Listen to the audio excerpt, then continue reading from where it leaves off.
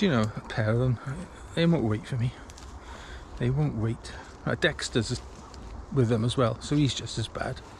The three of them, they've abandoned me.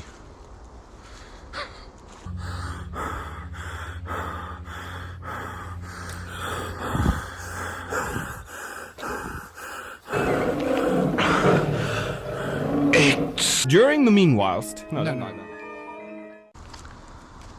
Well, hello. It's Dexter and me, and we're out again with the Griswolds, the rest of the family. And today is the 1st of September, so I don't care what anybody else says, it's autumn. And if you look at the ground,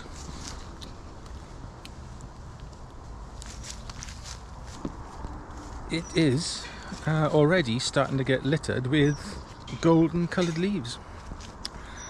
But we're heading for a pretty verdant patch of local woodland tonight. It's about a 2-minute walk from my front door. I took a couple of photos here in the snow a couple of winters ago, and I'll pop those up now, and I'm heading back to the same place. With the intention of getting some... Sorry, got to go through a gate, it's a bit awkward. Getting some woodland shots. And hopefully some macro as well. Some early autumn macro images. That's the goal anyway. So let's see what happens. But yeah, 1st of September. Official start of autumn.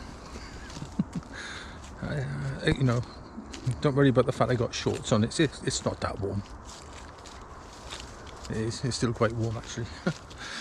Right, I will get back to you when I reach the little clearing we're going to.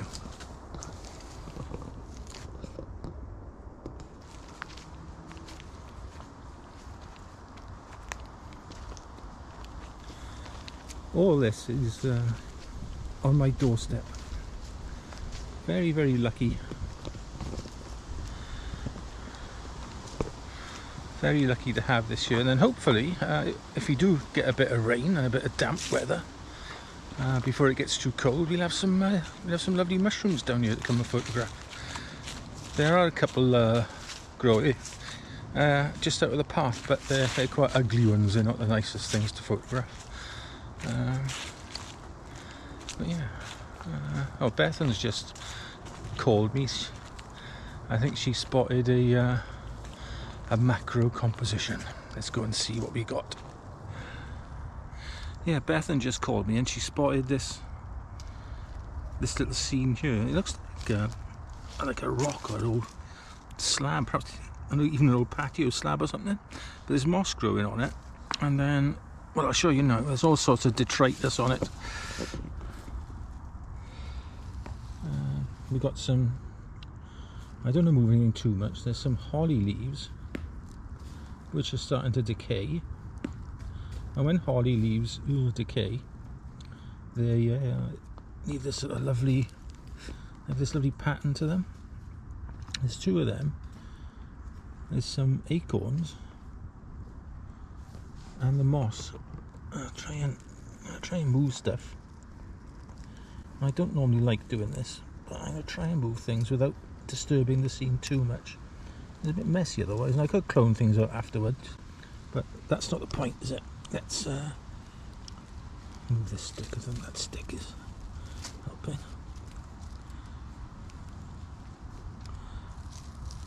Do I move this? Yeah, there we are. Right then, hey, there we are. That's not so bad, is it? Right then, I need my assistant now to come hold a light for me.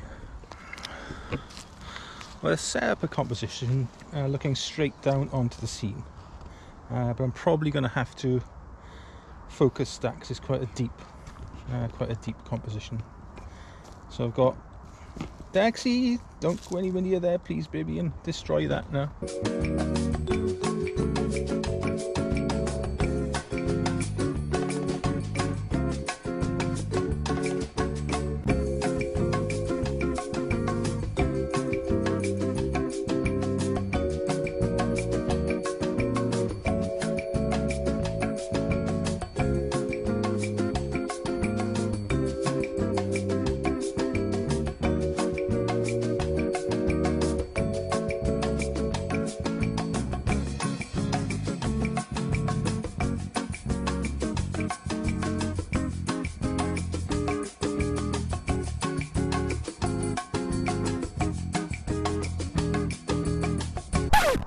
Well, I've shot about a dozen focus stacked images.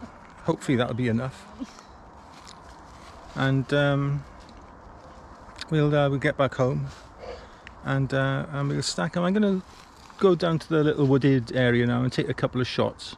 I'm not going to film it because there's some horses down there, and they're not like sort of corralled. It's in an open area, so I'm a little bit reticent to go down there and film with the prospect perhaps of one of those sneaking up on us and doing some damage, especially as we got Dexter with us. So I'll pop down there now and shoot a couple of images of some trees, and I'll pop them up. Anyway, I'm going to go home now and get these images up on the computer, and we'll process them. I think these holes in the embankment here are like places where solitary bees and wasps and other insects live. Pretty sure. Like the insect hotels, you have in your garden. And, these are like nature's own version.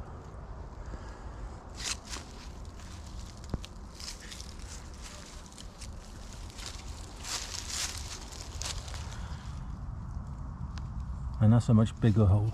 I'm not going to stick my hand in there, because you don't know what's going to be lurking in one of those. Well, that was quite a lovely little sort of woodland floor scene.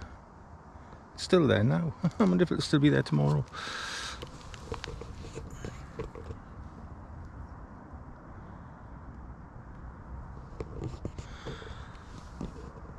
Hopefully I've got enough images of it to make a proper focus stack. But well done to Bethan for spotting it, keeping her youthful eyes to the ground for her old man.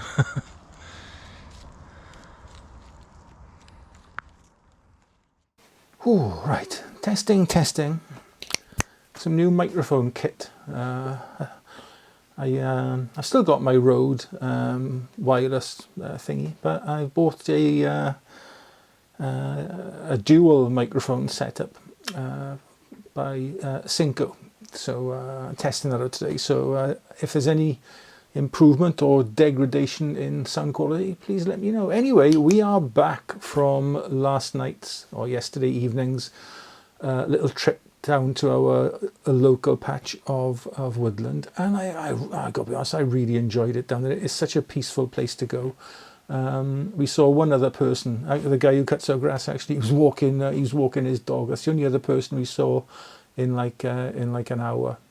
So apart from the horses for company and the odd spider, it was glorious down there. I'll put the pictures up that I shot at the end of the video as usual, but one or two I want to attract your attention to. First off was one I took of, it's like this sort of a massive chrysalis that I noticed. Whatever bug is growing inside that is going to be enormous, probably like that predator thing that I flashed on screen earlier. It was about that size, the actual chrysalis, probably about 2 inches in diameter, not circumference.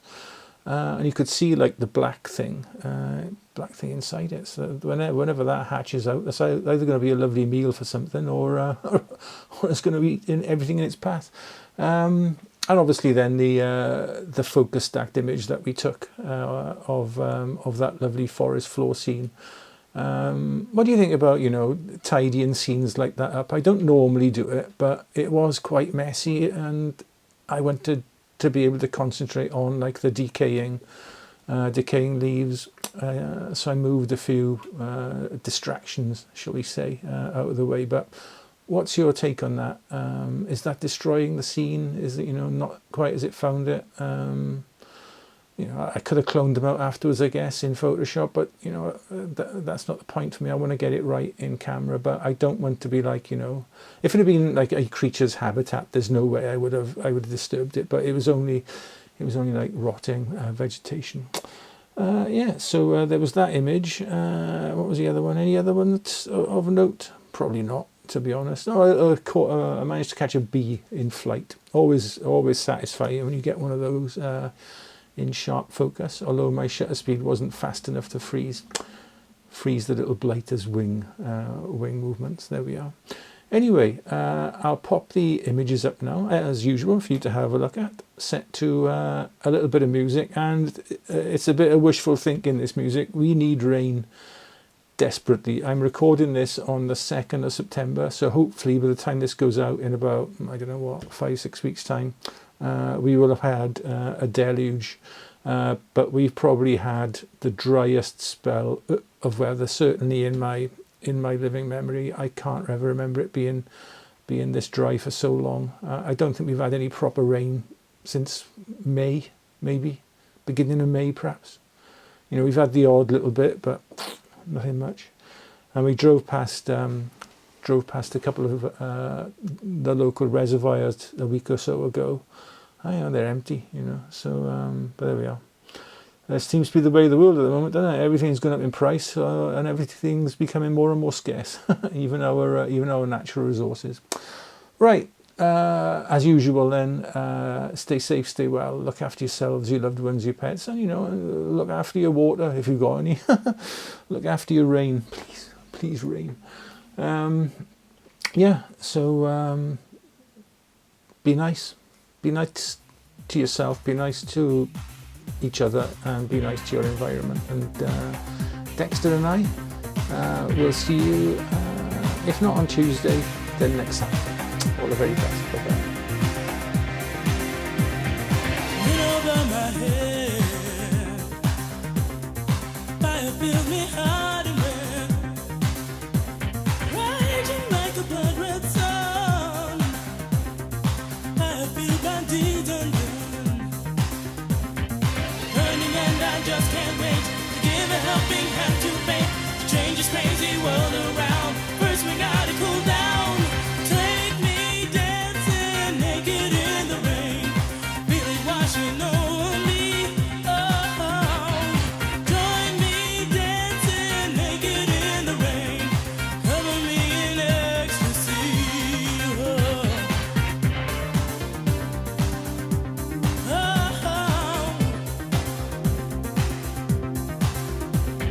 Smoke is in my eyes, drifting from the burning crowd.